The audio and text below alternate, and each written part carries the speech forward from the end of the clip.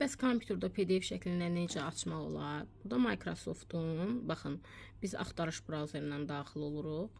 Mən WhatsApp-da daxil olduğum zaman, baxın, WhatsApp webi açıram kompüterimdə və açanda faylları, PDF-ləri Microsoft'un üzərində açıram ki, burada qələm var, pozan var, rəngləmə var. Amma digər, məsəl üçün Google Chrome-dan PDF-i açdığınız zaman bu cür şəkildə olmur, qələmli olmur. Ona görə mən bu cür istifadə edirəm.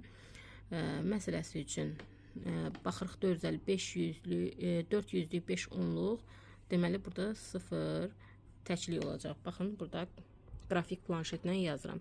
332, baxıram 13 onluq 2 təklik, deməli 13 onluq götürübsə, bura 200-lük qalacaq.